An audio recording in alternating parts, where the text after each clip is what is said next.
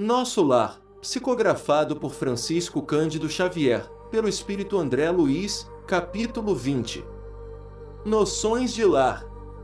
Desejando colher valores educativos que fluíam naturalmente da palestra da Sra. Laura, perguntei, curioso, desempenhando tantos deveres, a senhora ainda tem atribuições fora de casa?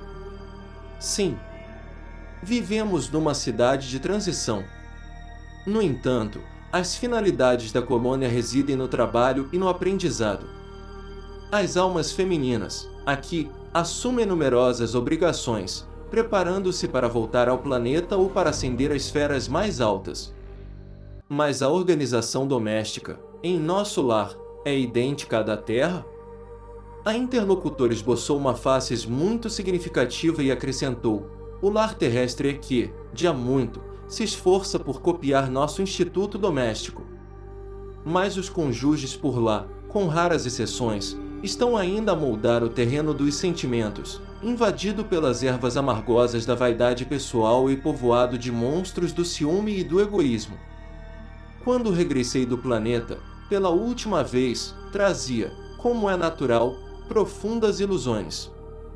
Coincidiu, porém, que, na minha crise de orgulho ferido, fui levada a ouvir um grande instrutor, no Ministério do Esclarecimento. Desde esse dia, nova corrente de ideias me penetrou o espírito. Não poderia dizer-me algo das lições recebidas? Indaguei com interesse. O orientador, muito versado em matemática, prosseguiu ela, fez-nos sentir que o lar é como se for um ângulo reto nas linhas do plano da evolução divina. A reta vertical é o sentimento feminino, envolvido nas inspirações criadoras da vida. A reta horizontal é o sentimento masculino, em marcha de realizações no campo do progresso comum. O lar é o sagrado vértice onde o homem e a mulher se encontram para o entendimento indispensável. É templo, onde as criaturas devem unir-se espiritual antes que corporalmente. Há na Terra, agora, grande número de estudiosos das questões sociais, que aventam várias medidas e clamam pela regeneração da vida doméstica. Alguns chegam a asseverar que a instituição da família humana está ameaçada. Importa considerar, entretanto, que, a rigor, o lar é a conquista sublime que os homens vão realizando vagarosamente. Onde, nas esferas do globo, o verdadeiro instituto doméstico, baseado na harmonia justa, com os direitos e deveres legitimamente partilhados. Na maioria, os casais terrestres passam as horas sagradas do dia vivendo a indiferença ou o egoísmo feroz. Quando o marido permanece calmo, a mulher parece desesperada. Quando a esposa se cala, humilde, o companheiro tiraniza. Nem a consorte se decide a animar o esposo, na linha horizontal de seus trabalhos temporais, nem o marido se resolve a segui-la no voo divino de ternura e sentimento, rumo aos planos superiores da criação. Dissimulam em sociedade, na vida íntima, um faz viagens mentais de longa distância, quando o outro comenta o serviço que lhe seja peculiar. Se a mulher fala nos filhinhos, o marido excursiona através dos negócios. Se o companheiro examina qualquer dificuldade do trabalho, que lhe diz respeito, a mente da esposa volta ao gabinete da modista. É claro que, em tais circunstâncias, o ângulo divino não está devidamente traçado. Duas linhas divergentes tentam, em vão, formar o vértice sublime, a fim de construírem um degrau na escada grandiosa da vida eterna.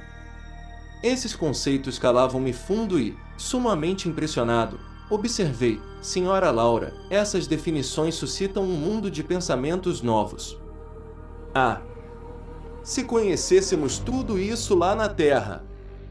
Questão de experiência, meu amigo, replicou a nobre matrona, o homem e a mulher aprenderão no sofrimento e na luta. Por enquanto, raros conhecem que o lar é instituição essencialmente divina e que se deve viver, dentro de suas portas, com todo o coração e com toda a alma.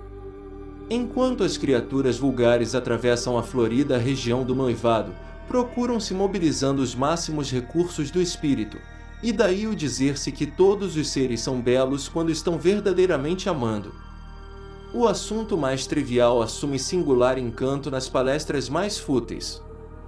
O homem e a mulher comparecem aí, na integração de suas forças sublimes. Mas logo que recebem a bênção nupcial, a maioria atravessa os véus do desejo e cai nos braços dos velhos monstros que tiranizam corações. Não há concessões recíprocas. Não há tolerância, por vezes, nem mesmo fraternidade. E apaga-se a beleza luminosa do amor, quando os cônjuges perdem a camaradagem e o gosto de conversar. Daí em diante, os mais educados respeitam-se. Os mais rudes mal se suportam. Não se entendem. Perguntas e respostas são formuladas em vocábulos breves. Por mais que se unam os corpos, vivem as mentes separadas, operando em rumos opostos. Tudo isso é a pura verdade. Aduzi comovido. Que fazer, porém, meu amigo?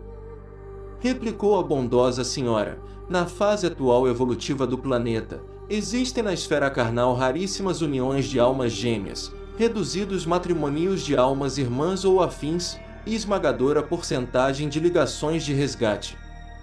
O maior número de casais humanos é constituído de verdadeiros forçados, sob algemas. Procurando retomar o fio das considerações sugeridas por minha pergunta inicial, continuou a genitora de Lísias, as almas femininas não podem permanecer inativas aqui. É preciso aprender a ser mãe, esposa, missionária, irmã. A tarefa da mulher, no lar, não pode circunscrever-se a umas tantas lágrimas de piedade ociosa e a muitos anos de servidão. É claro que o movimento coevo do feminismo desesperado constituía abominável ação contra as verdadeiras atribuições do espírito feminino. A mulher não pode ir ao duelo com os homens, através de escritórios e gabinetes, onde se reserva atividade justa ao espírito masculino. Nossa colônia, porém, ensina que existem nobres serviços de extensão do lar para as mulheres. A enfermagem, o ensino, a indústria do fio, a informação, os serviços de paciência, representam atividades assaz expressivas. O homem deve aprender a carrear para o ambiente doméstico a riqueza de suas experiências, e a mulher precisa conduzir a doçura do lar para os labores ásperos do homem. Dentro de casa, a inspiração. Fora dela, a atividade. Uma não viverá sem a outra. Como sustentar-se o rio sem a fonte, e como espalhar-se a água da fonte sem o leito do rio? Não pude deixar de sorrir, ouvindo a interrogação. A mãe de Lísias, depois de longo intervalo, continuou: quando o Ministério do Auxílio me confia crianças ao lar, minhas horas de serviço são contadas em dobro, o que lhe pode dar ideia da importância do serviço maternal no plano terreno.